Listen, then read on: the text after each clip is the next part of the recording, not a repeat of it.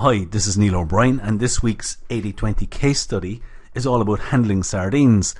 In a recent case study I did, a blind maker, her sardines and loss makers made up 37% of her customers.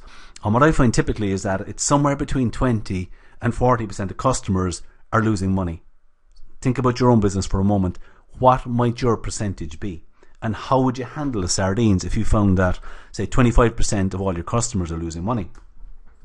I suppose it's one of the more interesting aspects of 80/20, because you can imagine when I present this information to business owners, there's often quite a strong reaction when you're telling them that all these customers are losing money. So in graph form, what I'm talking about here is on the left hand side are the whales, profitable customers, on the right hand side are the sardines. So how do you handle them and what do you do with them? I thought this photograph was quite apt, firing them, because quite often what we end up doing with the sardines is increasing prices or reducing service levels to them. What often happens as well is in the marketing and sales process, we put in strong filters, so you're filtering out the sardines so that in 6 or 12 months time you have a lot less of them. Now, sacred cows, what happens when I'm presenting a list of loss makers to business owners is that there's always what I call sacred cows in there. So this could be somebody that the owner is good friends with, it could be a cousin, a neighbour, somebody they play golf with, pops up quite a lot.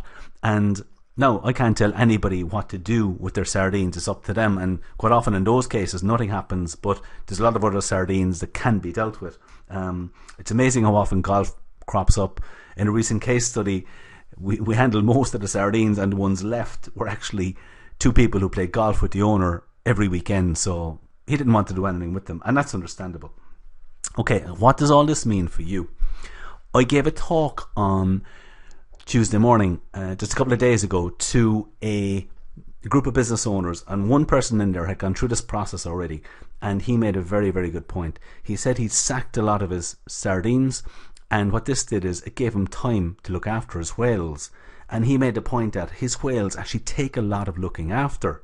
So if you think about your own business, if you have sardines and you get rid of them, what this can allow you to do is to look after your whales. That means you want to mind them and make sure they're happy, grow your sales with them, look to get referrals from them, and make sure that they're happy.